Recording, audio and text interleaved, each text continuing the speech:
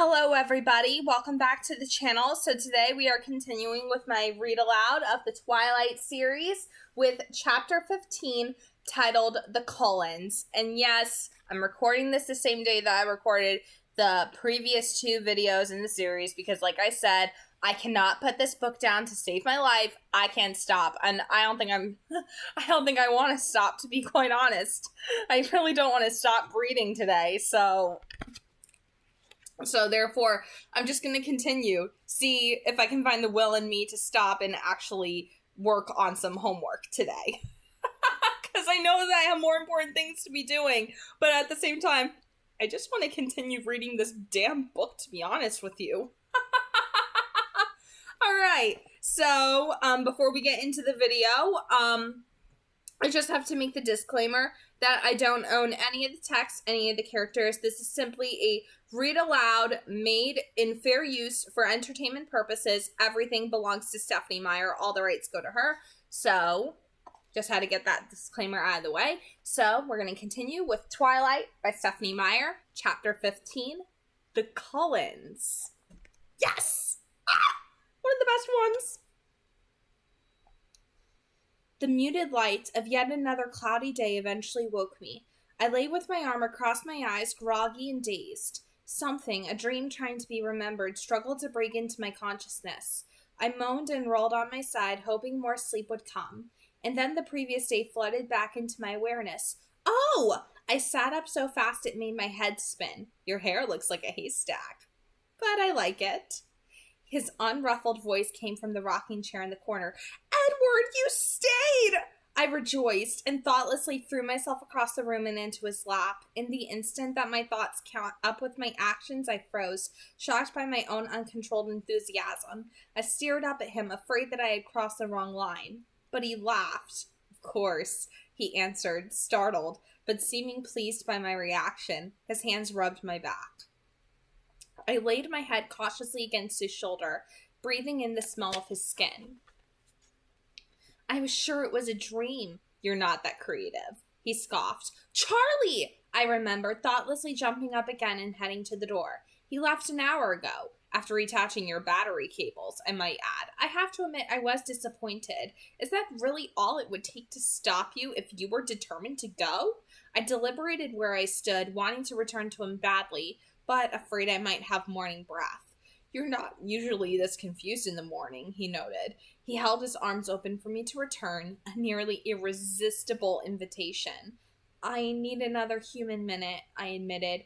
I'll wait. I skipped to the bathroom, my emotions unrecognizable. I didn't know myself, inside or out. The face in the mirror was practically a stranger, eyes too bright, hectic spots of red across my cheekbones. After I brushed my teeth, I worked to straighten out the tangled chaos that was my hair. I splashed my face with cold water and tried to breathe normally with no noticeable success. I half ran back to my room. It seemed like a miracle, but he was there, his arms still waiting for me. He reached out to me and my heart thudded unsteadily. Welcome back, he murmured, taking me into his arms. He rocked me for a while in silence until I noticed that his clothes were changed, his hair smooth. You left, I accused, touching the collar of his fresh shirt.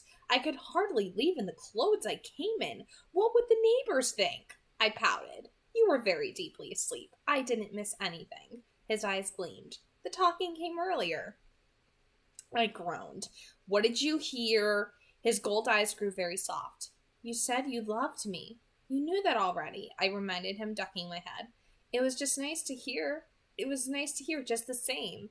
I hid my face against his shoulder. I love you, I whispered. You are my life now, he answered simply. There was nothing more to say for the moment. He rocked us back and forth as the room grew lighter. Breakfast time, he said eventually, casually, to prove, I'm sure, that he remembered all my human frailties. So I clutched my throat with both hands and stared at him with wide eyes, shock across his face. Kidding, I snickered. And you said I couldn't act. He frowned in disgust. That wasn't funny. It was very funny, and you know it. But I examined his gold eyes carefully to make sure that I was forgiven. Apparently I was. Shall I rephrase? He asked. Breakfast time for the human. Oh, okay. Sorry, that is so freaking cute. She's such a little tease, like...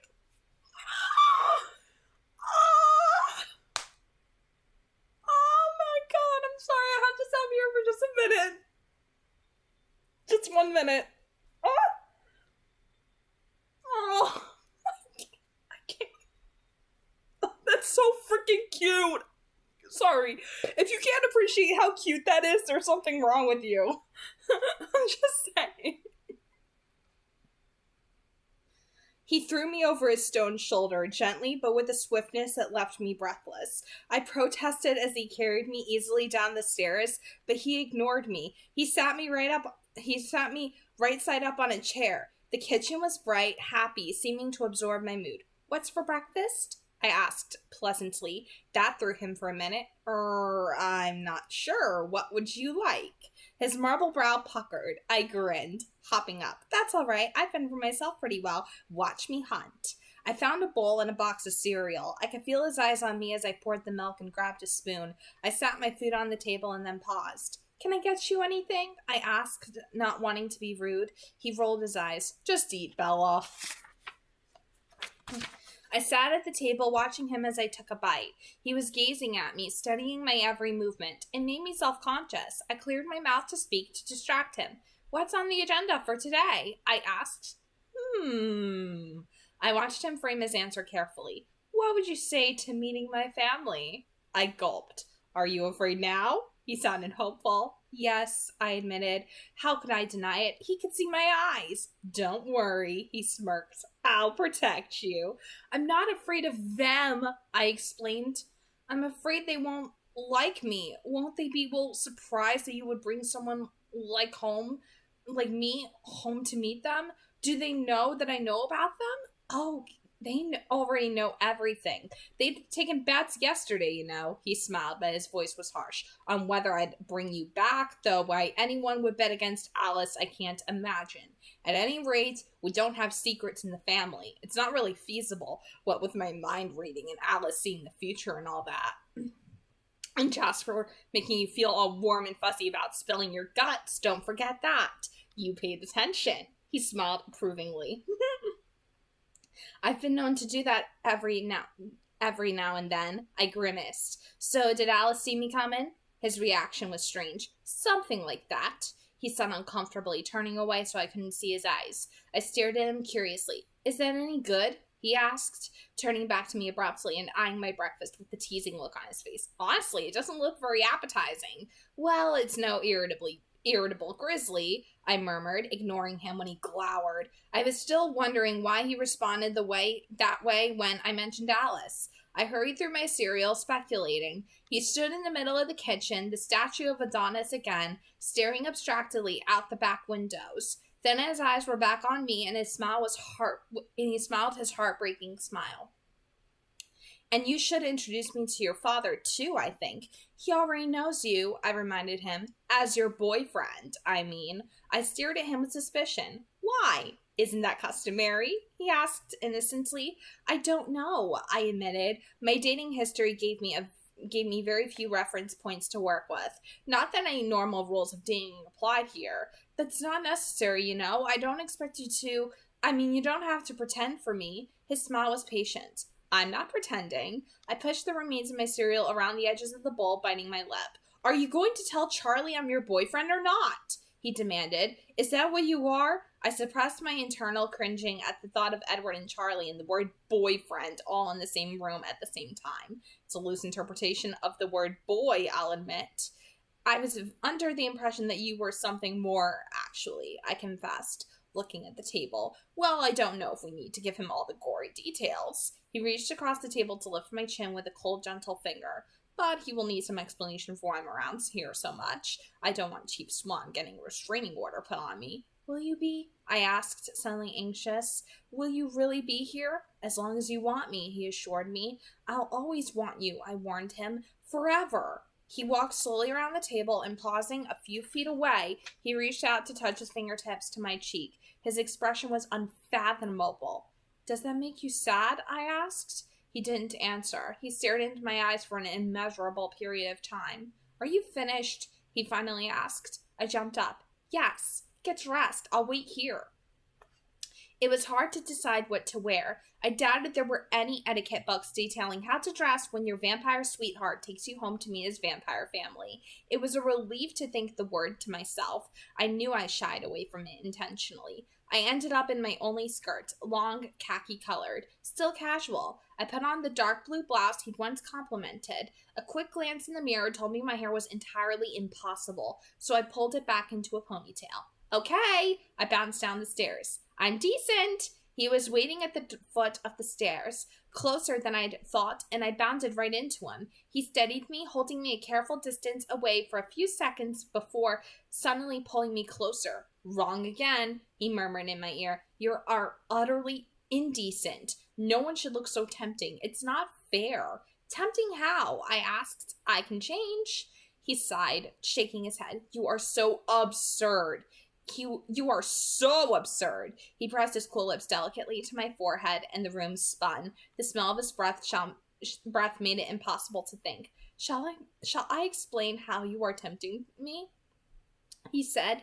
It was clearly a rhetorical question. His fingers traced slowly down my spine, his breath coming more quickly against my skin. My hands were limp on his chest, and I felt lightheaded again. He tilted his head slowly and touched his cool lips to mine for the second time, very carefully parting them slightly, and then I collapsed. Bella? His voice was alarmed as he caught me and held me up. You made me faint, I accused him dizzily. What am I going to do with you? He groaned in exasperation. Yesterday I kissed you and you attacked me. Today you pass out on me. I laughed weakly, letting his arm support me while my head spun. So much for being good at everything, he sighed. That's not the problem, I said, still dizzy. You are too good. Far, far too good. Do you feel sick? He asked. He'd seen me like this before. No, that wasn't the same kind of fainting at all. I don't know what happened. I shook my head apologetically. I think I forgot to breathe. I can't take you anywhere like this. I'm fine, I insisted. Your family is going to think I'm insane anyway. What's the difference? He measured my expression for a moment. I'm very partial to that color with your skin, he offered unexpectedly. I flushed with pleasure and looked away. Look, I'm trying really hard not to think about what I'm about to do. So, can we go already? I asked. And you're worried, not because you're headed to meet a house full of vampires, but because you think those vampires won't approve of you, correct? That's right, I answered immediately, hiding my surprise at his casual use of the word. He shook his head. You're incredible. I realized as he drove my truck out of the main part of town that I had no idea where he lived. We passed over the bridge at the Carlisle River, the road winding northward, the houses flashing past us, growing farther apart, getting bigger. And then we were past the other houses altogether, driving through misty forest. I was trying to decide whether to ask or be patient when he turned abruptly onto an unpaved road. It was unmarked, barely visible among the ferns. The forest encroached on both sides, leaving the road ahead only discernible for a few meters as it twisted, serpent-like, around the ancient trees. And then, after a few miles, there was some thinning of the woods, and we were suddenly in a small meadow. Or was it actually a lawn? The gloom of the forest didn't relent, though, for there were 6 primordial cedars that shaded the entire acre with their vast sweep of branches. The trees held their protecting shadow right up to the walls of the house that rose among them, making obsolete the deep porch that marked around the first story. I don't know what I had expected, but it definitely wasn't this. The house was timeless, graceful, and probably 100 years old. It was painted a soft, faded white, 3 stories tall, rectangular, and well-proportioned. The windows and doors were either part of the original structure or a perfect restoration. My truck was the only car in sight. I could hear the river close by, hidden in the obscurity of the forest. Wow, you like it? He smiled. It has a certain charm. He pulled the end of my ponytail and chuckled. Ready? He asked, opening my door. Not even a little bit. Let's go. I tried to laugh, but it seemed to get stuck in my throat. I smoothed my hair nervously. You look lovely. He took my hand easily without thinking about it. We walked through the deep shade up to the porch. I knew he could feel my tension. His thumb rubbed soothing circles into the back of my hand. He opened the door for me. The inside was even more surprising, less predictable than the exterior. It was very bright, very open, and very large. This must have originally been several rooms, but the walls had been removed from most of the first floor to create one wide space. The back, south facing wall had been entirely replaced with glass, and beyond the shade of the cedars, the lawn stretched bare to the wide river. A massive curving staircase dominated the west side of the room. The walls, the high beam ceiling, the wooden floors, and the thick carpets were all varying shades of white. Waiting to greet us, standing just to the left of the door, on a raised portion of the floor by a spectacular grand piano, were Edward's parents. I'd seen Dr. Cullen before, of course, yet I couldn't help but be struck again by his youth, his outrageous perfection. At his side was Esme, I assumed, the only one of the family I'd never seen before. She had the same pale, beautiful features as the rest of them. Something about her heart-shaped face, her billows of soft caramel-colored hair, reminded me of the ingenues of the silent movie era. She was small, slender, yet less angular, more rounded than the others. They were both dressed casually in light colors that matched the inside of the house. They smiled in welcome, but made no move to approach us, trying not to frighten me, I guessed. Carlisle? Esme? Edward's voice broke the short silence. This is Bella. You're very welcome, Bella. Carlisle's step was measured, careful, as he approached me. He raised his hand tentatively, and I stepped forward to shake hands with him. It's nice to see you again, Dr. Cullen. Please, call me Carlisle. Carlisle. I grinned at him, my sudden confidence surprising me. I could feel Edward's relief at my side. Esme smiled and stepped forward as well, reaching for my hand. Her cold stone grasp was just as I expected. It's very nice to know you, she said sincerely. Thank you. I'm glad to meet you too. And I was. It was like meeting a fairy tale, Snow White in the flesh. Where are Alice and Jasper? Edward asked, but no one answered as they had just appeared at the top of the wide staircase. Hey, Edward! Alice called enthusiastically. She ran down the stairs, a streak of black hair and white skin coming to a sudden and graceful stop in front of me. Carlisle and Esme shot warning glances at her, but I liked it. It was natural. For her, anyway. Hi, Bella!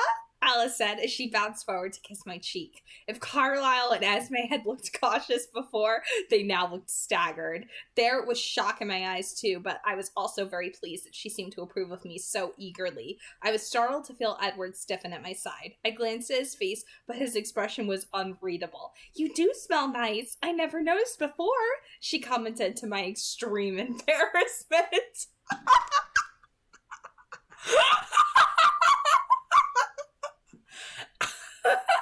Now you know why Alice is my favorite character in the books. Now you know why I love Alice so much. And she's so carefree. Okay, I'm gonna have to keep my comments to a minimum. I'm sorry. I can't help commenting in between. Oh, man. I'm gonna have to save my comments for the end. Okay. I can't help it. She's so cute. Alice is so freaking adorable. Oh, man. No one else seemed to know quite what to say. And then Jasper was there, tall and leonine. A feeling of ease spread through me, and I was suddenly comfortable despite where I was. Edward stared at Jasper, raising one eyebrow, and I remembered what Jasper could do. Hello, Bella, Jasper said. He kept his distance, not offering to shake my hand, but it was impossible to feel awkward near me. Hello, Jasper. I smiled at him shyly and then at the others. It's nice to meet you all. You have a very beautiful home, I added conventionally. Thank you, Esme said. We're so glad that you came. She spoke with feeling, and I realized that she thought I was brave. I also realized that Rosalie and Emmett were nowhere to be seen, and I remembered Edward's too innocent denial when I'd asked him if the others didn't like me. Carlisle's expression distracted me from his train of thought. He was gazing meaningfully at Edward with an intense expression. At the corner of my eye, I saw Edward nod once. I looked away, trying to be polite. My eyes wandered again to the beautiful instrument on the platform by the door. I suddenly remembered my childhood fantasy that, should I ever win a lottery, I would buy a grand piano for my mother. She wasn't really good. She only played for herself on our second-hand upright. But I'd love to watch her play. She was happy, absorbed. She seemed to like a new mysterious being to me. She seemed like a new, mysterious being to me then, someone outside the mom persona I took for granted. She'd put me through lessons, of course, but like most kids, I whined until she let me quit. Esme noticed my preoccupation. Do you play? She asked, inclining her head toward the piano. I shook my head. Not at all, but it's so beautiful. Is it yours? No, she laughed. Edward didn't tell you he was musical? No. I glared at his suddenly innocent expression with narrowed eyes. I should have known, I guess. Esme raised her delicate eyebrows in confusion. Edward can do everything, right? I explained. Jasper snickered, and Esme gave Edward a reproving look. I hope you haven't been showing off. It's rude, she scolded. Just a bit. He laughed freely. His face softened at the sound, and they shared a brief look that I didn't understand, though Esme's face seemed almost smug. He's been too modest, actually, I corrected.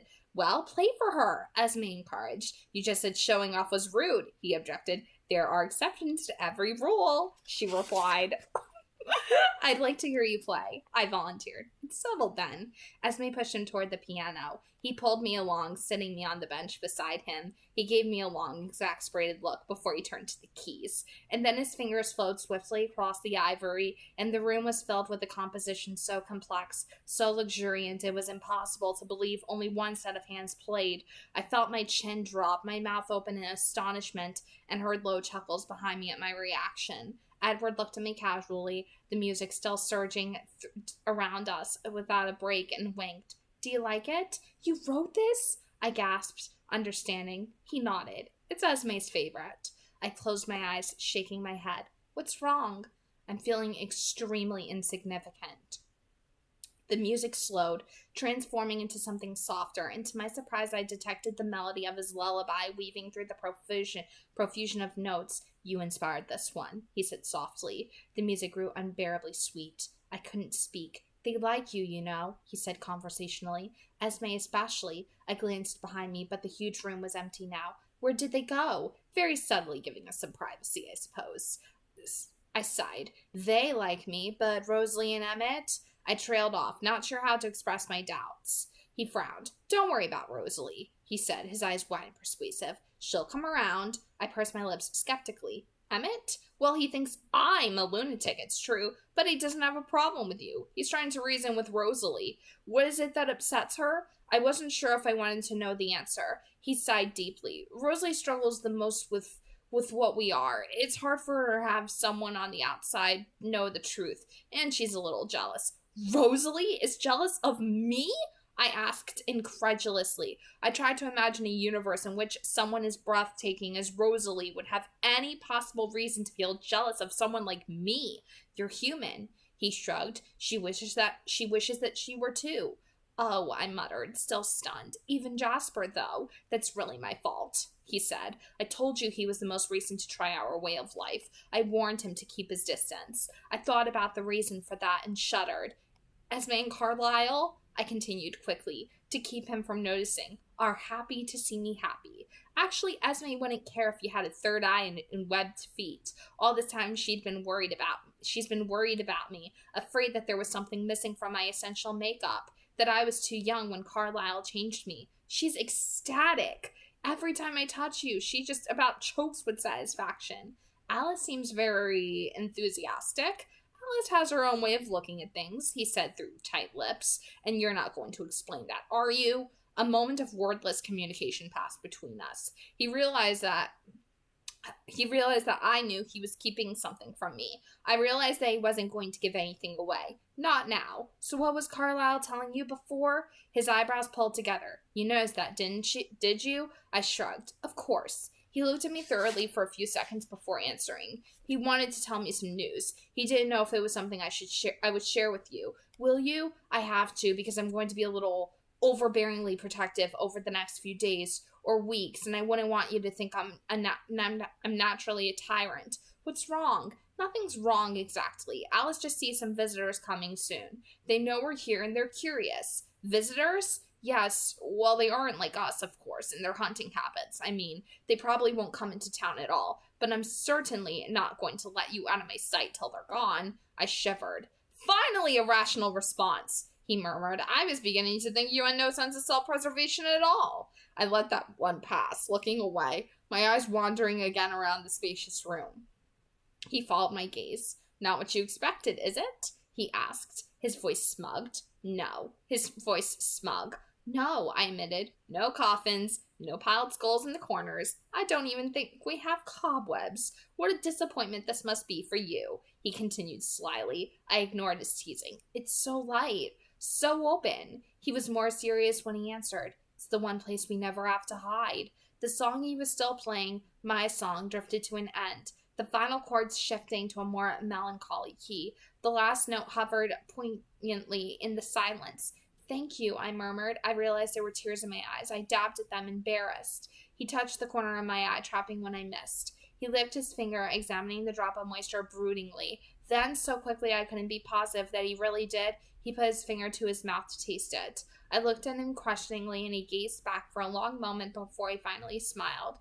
Do you want to see the rest of the house? No coffins, I verified, the sarcasm in my voice not entirely masking the slight but genuine anxiety I felt. He laughed, taking my hand, leading me away from the piano. No coffins, he promised. We walked up the massive staircase, my hand trailing along the satin-smooth rail. The long hall at the top of the stairs was paneled with honey-colored wood, the same as the floorboards. Rosalie and Emmett's room, Carlisle's office, Alice's room. He gestured as he led me past the doors. He would have continued, but I stopped dead at the end of the hall, staring incredulously at the ornament hanging on the wall above my head. Edward chuckled at my bewildered expression. You can laugh, he said. It is sort of ironic. I didn't laugh. My hand raised automatically, one finger extended as if to touch the large wooden cross, its dark patina contrasting with the lighter tone of the wall. I didn't touch it, though I was curious if the aged wood would feel as silky as it looked. It must be very old, I guessed. He shrugged. Early 1630s, more or less. I looked away from the cross to stare at him. Why do you keep this here? I wondered. Nostalgia. It belonged to Carlisle's father. He collected antiques? I suggested doubtfully. No, he carved this himself. It hung on the wall above the pulpit in the vicarage where he preached. I wasn't sure if my face betrayed my shock, but I returned to gazing at the simple ancient cross, just in case. I quickly did the mental math. The cross was over 370 years old. The silence stretched on as I struggled to wrap my mind around the concept of so many years. Are you all right? He sounded worried. How old is Carlisle? I asked quietly, ignoring his question, still staring up. He just celebrated his 362nd birthday, Edward said. I looked back at him, a million questions in my eyes. He watched me carefully as he spoke. Carlisle was born in London in the 1640s, he believes. Time wasn't marked as accurately then, for the common people anyway. It was just before Cromwell's rule, though. I kept my face composed, aware of his scrutiny as I listened. It was easier if I didn't try to believe. He was the only son of an Anglican pastor. His mother died giving birth to him. His father was an intolerant man. As the Protestants came into power, he was enthusiastic in his persecution of Roman Catholics and other religions. He also believed very strongly in the reality of evil. He led hunts for witches, werewolves, and vampires. I grew very still at the word. I'm not sure he noticed, but he went on without pausing. They burned a lot of innocent people. Of course, the real creatures he sought were not so easy to catch. When the pastor grew old, he placed his obedient son in charge of the raids.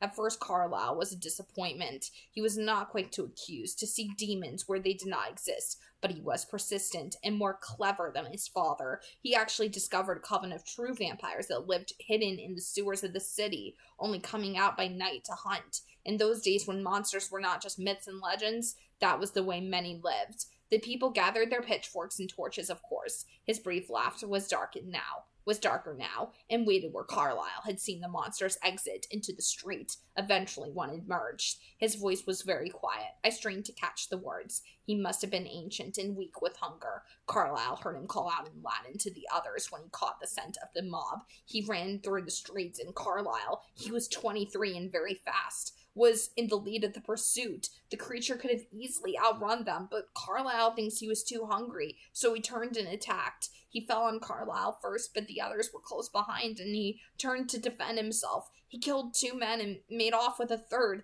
leaving Carlisle bleeding in the street. He paused. I could see he was editing something, keeping something from me. Carlisle knew what his father would do. The bodies would be burned. Anything infected by the monster must be destroyed. Carlisle acted instinctively to save his own life. He crawled away from the alley while the mob followed the fiend and his victim. He hid in a cellar, buried himself in rotting potatoes for 3 days. It's a miracle he was able to keep silent, to stay undiscovered.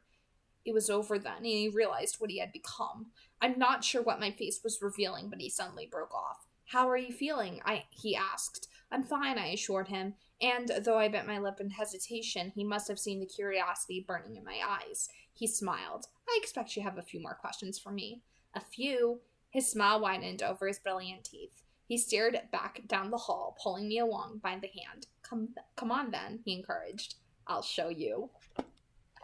Oh man, I love that chapter so much.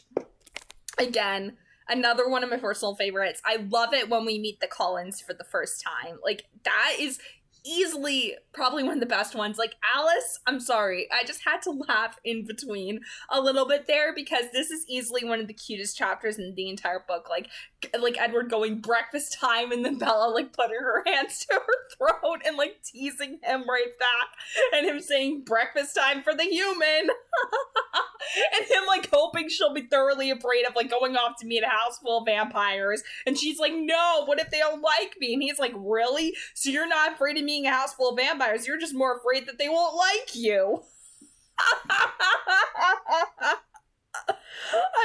I can't. Like, this chapter had a lot of funny moments, and then of course Alice appearing, like kissing Bella on the cheek and being like, hi Bella, like like Alice, I'm sorry, I love Alice. Alice was always my favorite character in the books and movies. Ashley Greene, when I was 13 years old, she was like one of my heroes at the time, and I can't help it. I love Alice. She is just simply adorable. Like, I mean that so sincerely. Alice is adorable.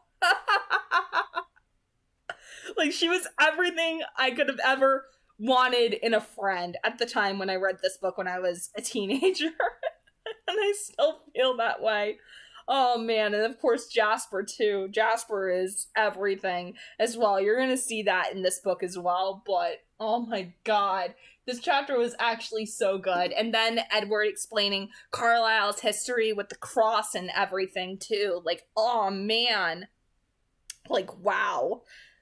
Like, Carlisle's story of like how he got changed dealing with a man that was like so intolerable towards different religions, different people. Like, Carlisle, like how he found like this sense of like tolerance and compassion despite growing up with such an emotionally distant, abusive, religious fanatic father. Like, that's why it's like clear to me that Stephenie Meyer's views on things like faith and things like that are very different from like a lot of the extremist nuts that you see out there. Like, she clearly has like a very different view of like faith and everything, especially since she gives Carlisle this sense of like faith, which we'll see in New Moon, most definite, and you're gonna see even more of that in the books that follow. I love how these books show things such as faith, because Stephenie Meyer's views on faith and religion and like marriage and love and all of that, they're kind of similar to my point of view on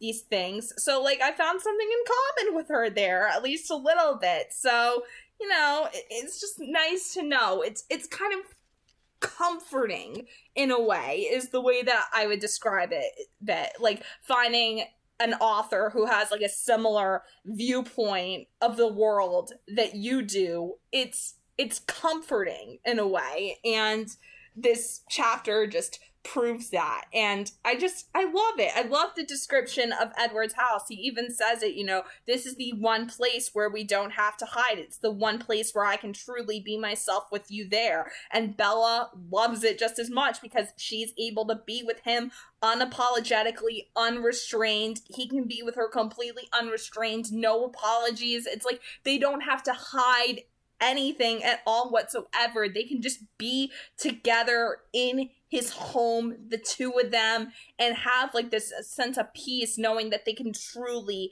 be open and honest with each other without needing to hide at all whatsoever. And there's just something about that is just so sweet and so sentimental to me. And you're going to see that further in chapter 16, which is called Carlisle, which is one of my absolute favorite chapters, and it has one of the most adorable moments in the entire book that you will ever see. All right, so there we go. That is the end of chapter 15, the Cullens. So if you liked this video, you can leave a like on it, and if you're new, you can subscribe. Also be sure to comment down below as well and let me know your thoughts on everything. So that's all I have to say for now. God bless, happy viewing, and have a nice day, everyone. See ya!